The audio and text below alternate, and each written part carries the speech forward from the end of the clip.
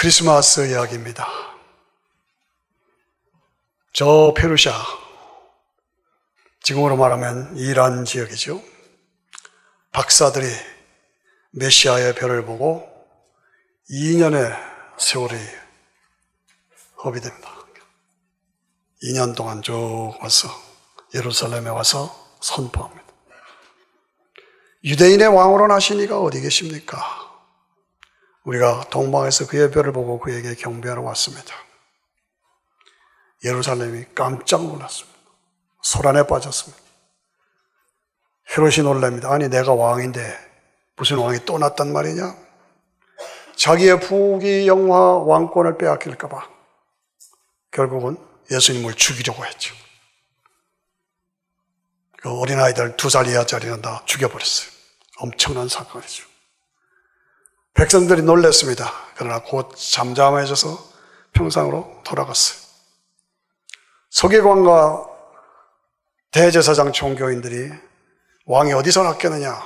베들레헴입니다 라고 정확하게 가르쳐줍니다. 그런데 자기들은 안 갔습니다. 그들은 세상 것에 더 관심이 많았어. 가지 않았어요. 동방의 박사들은 그 멀리 동방에서 2년의 세월이 걸려서 경배를 드렸다. 오늘 말씀의 주인공은 4종류의 사람입니다. 헤롯 왕 같은 사람, 일반 백성들 같은 사람, 종교인들, 동방 박사들. 나는 어디에 속한 사람이냐? 나는 예루살렘에 속한 사람이냐? 베들레헴에 속한 사람이냐? 어느 쪽입니까? 저는 요즘에 참 기분이 좋습니다. 감사하고 흐뭇합니다. 왜냐고요? 2015년을 시작하면서 교회 표를 이렇게 정했습니다. 다시 일어나 노래하며 가는 2015년. 그것이 우리의 표였습니다. 다시 일어나서 노래하며 가자, 2015년을. 근데 노래한다 할 때 저는 음악 콘덕터 출신으로 그냥 노래라고 생각하지 않습니다. 노래하면 음정이 맞아야 되고 박자가 맞아야 되고 화음이 맞아야 돼요. 그게 맞아야 되죠. 그런데 제가 금년 초 이런 표현을 이렇게 시작을 할 때에 그때는 음정들이 다 틀렸습니다. 박자들도 잘 안 맞았습니다. 화음도 잘 안 됐습니다. 뭐 이거 하자 그러면 안 한다 그러고 저거 하자 그러면 이렇게 하자 그러고 뭐 좀 어지러웠어요. 그런데 요즘에는 박자가 너무 잘 맞아요. 음정도 잘 맞아요. 화음도 잘 돼요. 이거 합시다. 그러죠. 이거 해주세요. Yes. 저거 해주세요. 네, 알았습니다. 얼마나 아름다운지. 음정도 잘 맞고 박자도 잘 맞고 화음도 잘 되고. 생각해 봤습니다. 도대체 왜 이렇게 변화됐을까? 그럴 때 이건가 보다. 그렇게 생각합니다. 뭐예요? 제가 강조한 것이 뭐예요? 체질화 하잖아요. 체질화. 기도를 체질화 합시다. 기도하지 아니하고는 못 빼기는 사람으로 체질화하십니다. 말씀, 특별히 암송된 말씀을 체질화 합시다. 내 속에 말씀이 30절, 50절, 60절, 100절, 200절씩 들어가 있는 말씀의 체질화가 이루어집시다. 감사와 찬양을 체질화합시다. 그렇게 강조했는데 여러분들이 잘 따라주셨어요. 여러분들이 잘 따라주신 것이 느껴져요. 감사드려요. 감사드려요. 지난번 퀴즈대, 암송대 할 때 얼마나 열심히인지 어떤 분은 200절, 300절, 400절도 외우는 사람이 있어요. 얼마나 감격입니다. 몇 주 전에 제가 말씀을 드리면서 내가 집사다. 10분도 기도 안 하고 뭔 집사냐 그게. 내가 권사다. 20분도 기도 안 하고 무슨 권사냐. 장로다. 30분은 기도해야죠. 교육자고 목사다. 그러면 2시간 기도해야죠. 뭐 이러고 제가 강하게 도전했습니다. 그리고 집에 가서 이거 내가 너무 과했나. 너 상처받지 않았는가. 후회도 하고 걱정도 했습니다. 나중에 피드백이 들어왔는데 저는 막 요란히 날 줄 알았는데 안 그래. 목사님 말씀에 오라. 우리도 해야 돼. 그렇게 따라가야지. 그런 피드백이 들어왔다고 그래서 내가 너무너무 감사하고 기뻤습니다. 그렇습니다.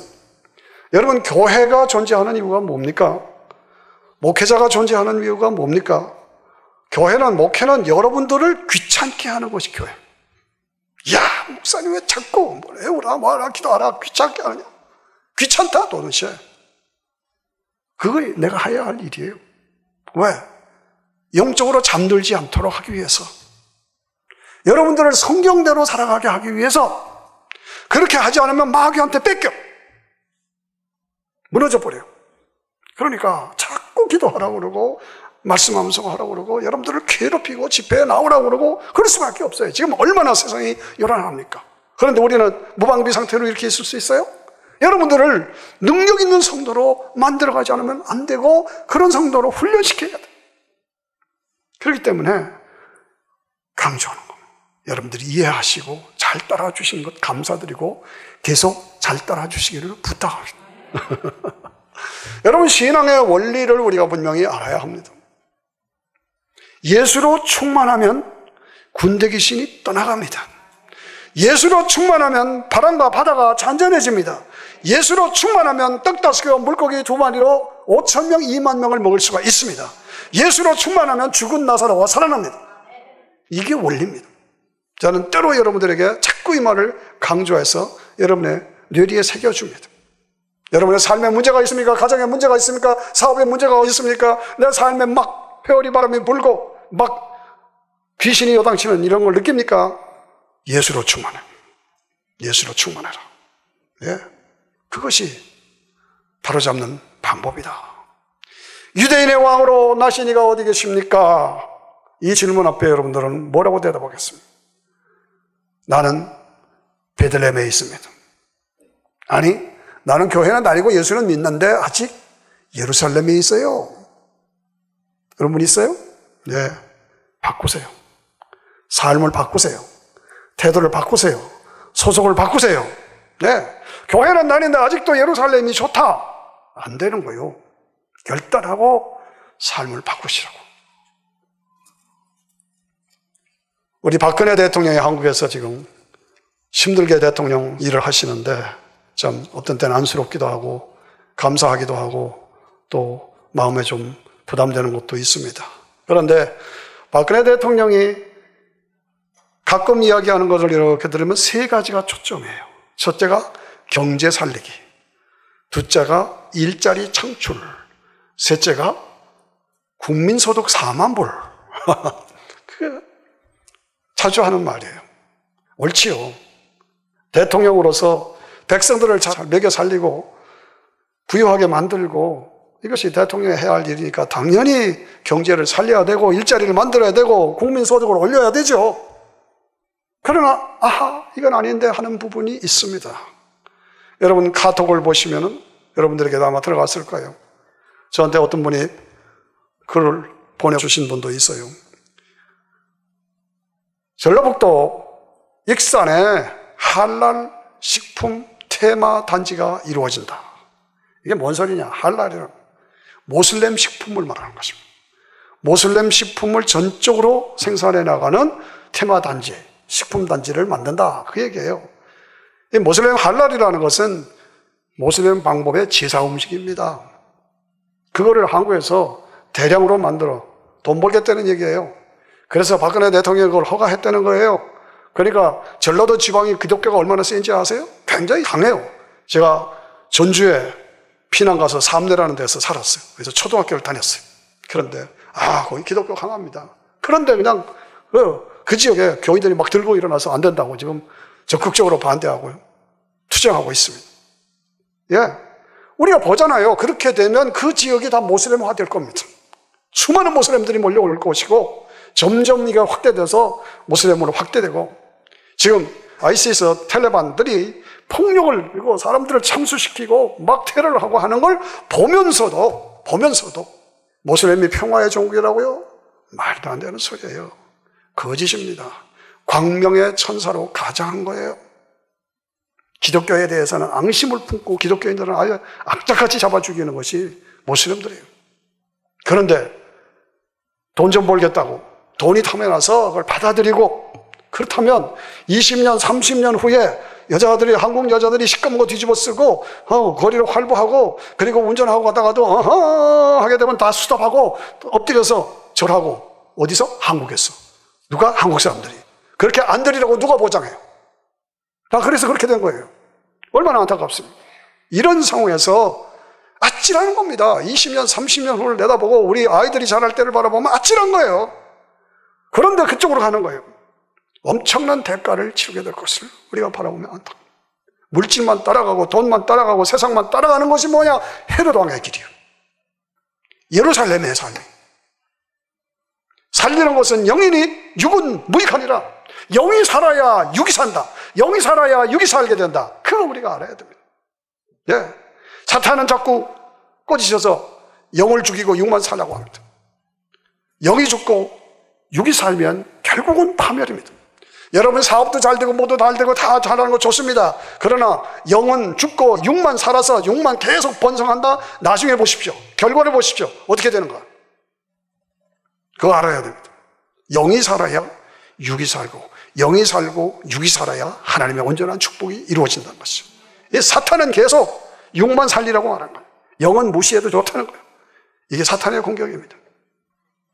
조심하지 않으면 안 됩니다. 우간다, 오바마 대통령이 4억 불, 엄청난 돈이죠. 4억 불을 원조해 줄 테니 우간다 너희들 동성연애를 인정해라. 동성연애를 지지해라. 동성연애를 받아들여라. 오퍼했어요. 참, 저나 여기 미국이나 그렇지 그건 남의 나라까지 왜 그런 짓을 해요? 창피했어요. 그랬더니 우간다 대통령이 뭐라고 그랬어요? 우간다 백성들을 살리는 것은 오바마의 미국 원조가 살리는 것이 아니라 하나님의 말씀이다. 대단한 겁니다. 하나님의 말씀으로 우리가 사는 것이지 미국의 원조로 사는 거 아니다. 4억 불 안 받아도 좋다. 대단한 거예요. 자, 대단한 거. 이게 분별력입니다. 영적인 분별력을 가지고 다스릴 줄 알아야 됩니다. 다스릴 줄 알아요.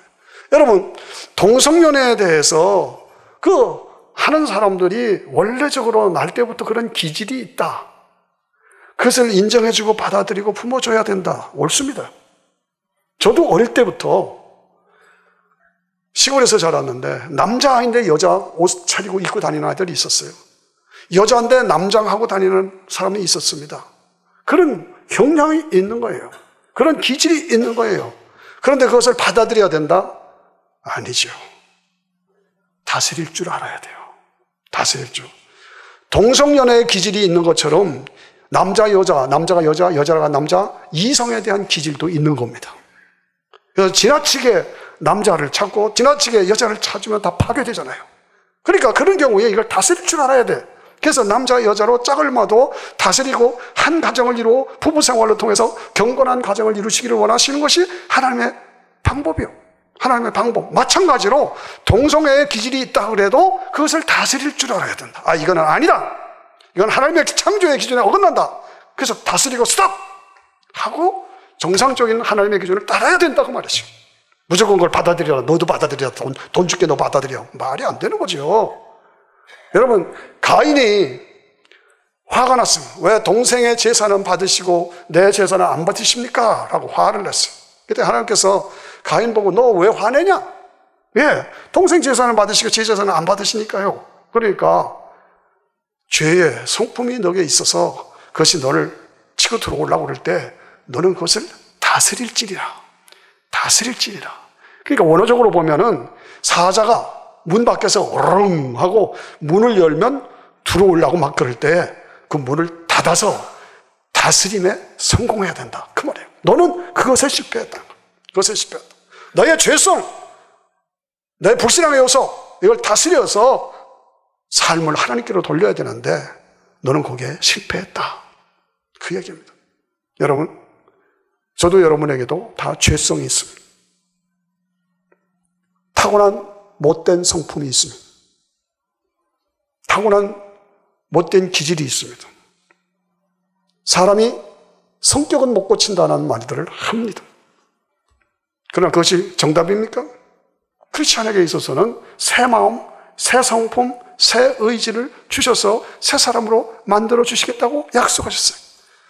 누구에게? 믿는 사람에게 성령을 주셔서 내 안에 성령이 계셔서 나로 하여금 내 성격을, 내 성품을, 내가 타고난 기질을 다스릴 줄 알아요.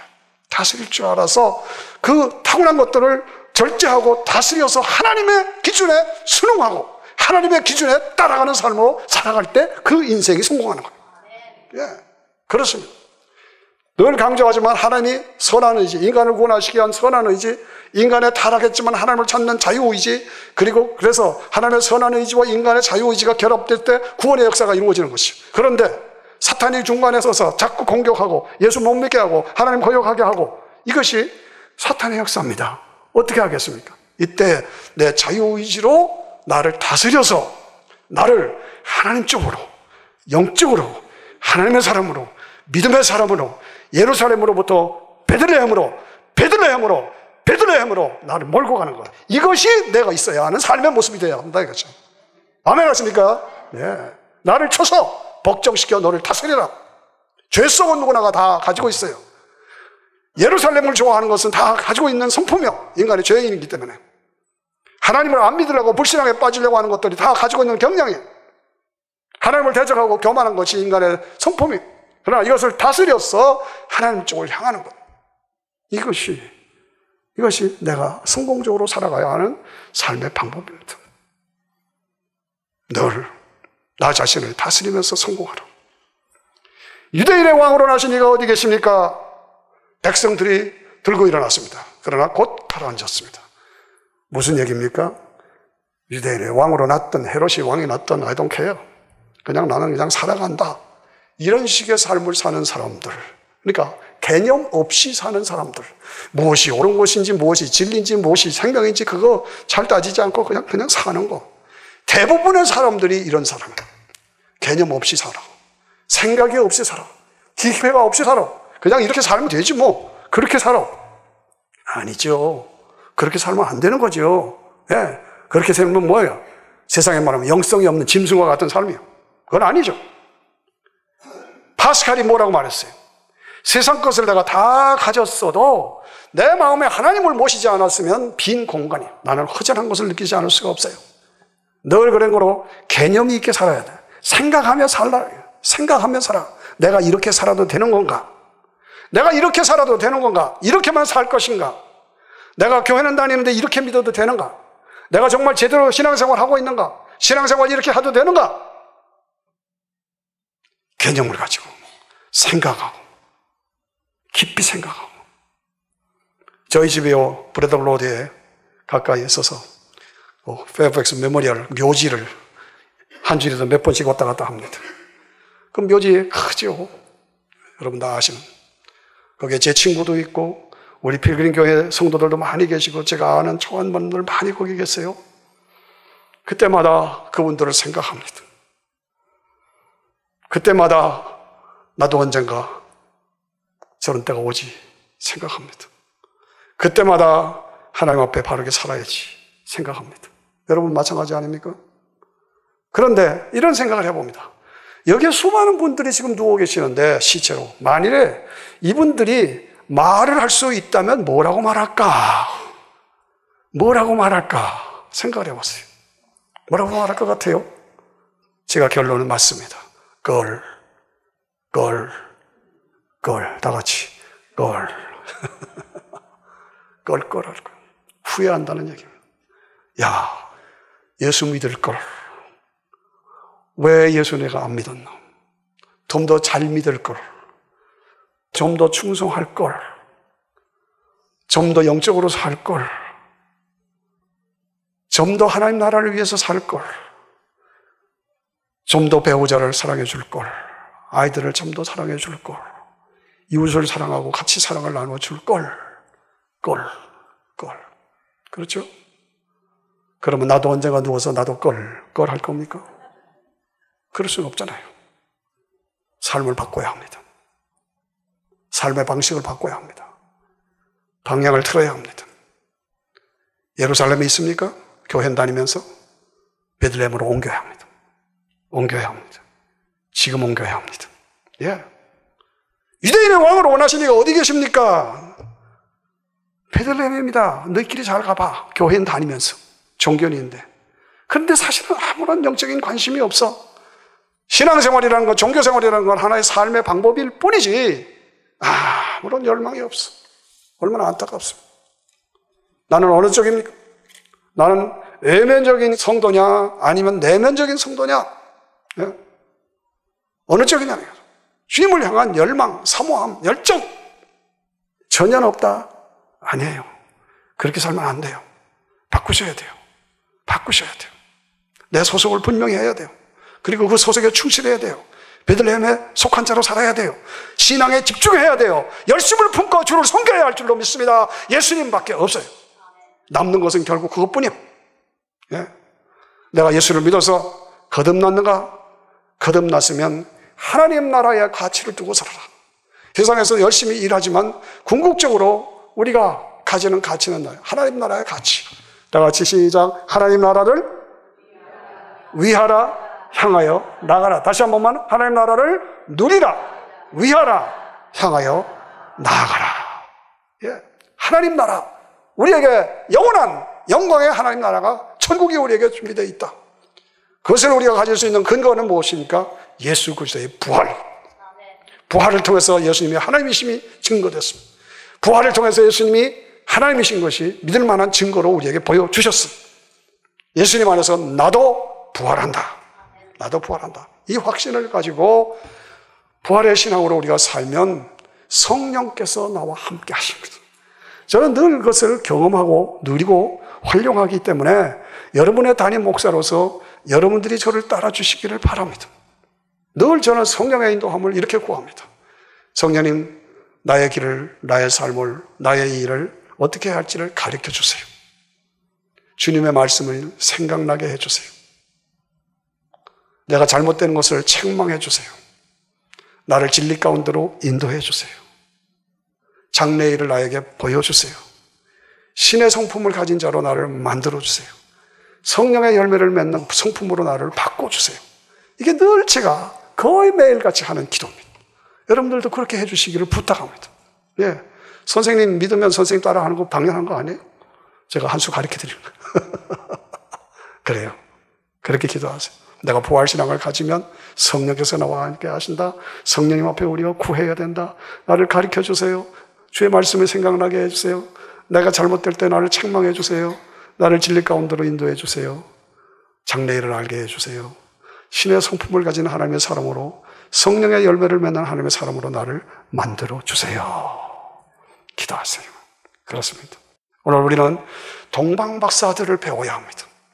동방박사들, 그야말로 동방박사들입니다. 세상에 돈, 명예, 권세, 모든 지위 다 가질 수 있는 사람이었어요. 그걸 누리고 얼마든지 세상적으로 살 수 있고 호강하며 살 수 있었어. 그런데 안 그랬어. 거기에 빠지지 않았어. 우리도 그렇게 살아야 합니다. 늘 영적으로 깨어 있었습니다. 우리도 깨어 있어야 합니다. 민수기에 단 한마디 메시아가 오실 텐데, 그 메시아가 오실 때는 메시아의 별이 나타나리라. 그 한마디 딱 써 있어. 그 한마디 딱 붙잡고 세상을 바라보면서 메시아가 오실 징조가 보인다. 때가 됐다. 오시겠다. 그리고 하늘을 쳐다봐. 하늘을 쳐다봐. 별이 딱 나타나. 메시아 별이 나타났다. 벌떡 일어나서. 여러분, 이것이 우리가 성도가 살아야 할 삶의 모습입니다. 인간을 죄와 저주와 죽음과 지옥에서 건질 분은 예수 그리스도 메시아뿐이 없다. 그 메시아를 기다리는 사모하는 마음. 이것이 우리가 살아야 하는 삶의 방법이에요. 진정한 가치, 영원한 가치를 위해서 살아라. 다시 말씀드립니다. 진정한 가치, 영원한 가치를 위해서 살아라. 예루살렘에 빠져서, 물질에 빠지고, 세상에 빠지고, 죄에 빠져서, 불신앙에 빠져서 살지 말아라. 진정한 가치, 영원한 가치를 위해서 살아라. 나를 담대하게 벌떡 일으켜서 베들레헴으로 내 소속으로 옮겨라. 그렇습니다. 신앙생활의 근본 자세는 뭡니까? 성경입니다. 성경이 하나님이 주신 말씀이고, 성경이 내게 주신 말씀이고 성경이 그렇다면 그런 것이고 성경의 주인공은 예수 그리스도고 예수님 위에는 다른 인간의 죄의 문제를 해결할 방법이 없다. 예수님이 대답이다는 확신을 가지고 단순하게 믿으세요. 단순하게 믿으세요. 제가 여러분들에게 부탁하고 좀 경험이 있으시고 책도 좀 보셨고 또 다른 공부도 좀 하셨고 또 연세 들어서 동양 철학도 알고 서양 철학도 알고 이런 분들은요 자꾸 세상 철학으로 해석을 하려고 그래요. 노노노노노노. 기독교는 세상 철학이 아니에요. 세상 종교가 아니에요. 그걸 기독교에다가 집어넣고 해석하려고 그러지 말아요. 내 철학, 이건 인간들이 사람들이 만든 거예요. 나의 머리, 나의 지식, 나의 이론, 내 생각, 내 공로 그거 넣지 말아라. 성경이 하나의 말씀이고 말씀의 주인공인 예수 그리스도가 나의 유일하신 구원자다. 그것만 믿어라. 그것만 붙잡아라. 그것만을 위해서 집념하라. 아멘. 아멘. 예, 그겁니다. 예, 그것이 동방 박사들의 삶의 모습이었어요. 그들은 박사였습니다. 그런데 말씀 딱 붙잡고 단순하게 믿고 그리고 끈질기게 2년이 걸려서 2년이 일어나는 근거가 어디 있어요? 2살짜리 이한 다 죽이라고 그랬잖아요. 2년이 걸려서 끈질기게 찾아왔어요. 그리고 합심해서 친구들, 여러분 신앙생활에서 가장 중요한 건 믿음의 친구를, 좋은 믿음의 친구를 갖는 것입니다. 나보다 예수 잘 믿고 확실하게 믿고 그리고 삶의 열매가 풍성한 그런 사람을 내 친구로, 믿음의 친구로 식사 대접하면서 내 친구로 만들어라. 저는 여러분들에게 그걸 추천하고 싶어요. 그래서 박사들이 셋이서 같이 갔다. 여러분 산을 넘고 물을 건너며 가는 것, 그 길이 혼자 갔더라면 불가능해. 그런데 셋이 같이 협력해서 갔어. 신앙생활의 원리입니다. 좋은 믿음의 친구들을 사귀셔서 함께 더불어 단순하게 끈질기게 별을 따라가는 삶이 오늘 우리의 삶이 되어야 할 줄로 믿습니다. 그런데 이 동방박사의 사건이 성경에서 굉장히 중요한 사건입니다. 왜냐하면 이 사건이 없었더라면 예수님의 왕되심의 공식적인 공포가 없을 뻔했어요. 큰일 날 뻔했어요. 자, 마태복음 2장 9절을 보세요. 다 같이 마태복음 2장 시작. 박사들이 왕의 말을 듣고 갈새 동방에서 거둔 그 별이 문득 앞서 인도하여 가다가 악이 있는 곳에 머물러 섰는지라 박사들이 이를 보고 기뻐하였다. 그렇죠? 여기서 중요한 단어는 문득이라는 말입니다. 문득. 동방에서 별을 보고 쫓아왔는데 그 별이 사라져버렸어요. 그러니까 당황했잖아요. 그러니까 어떻게 가요?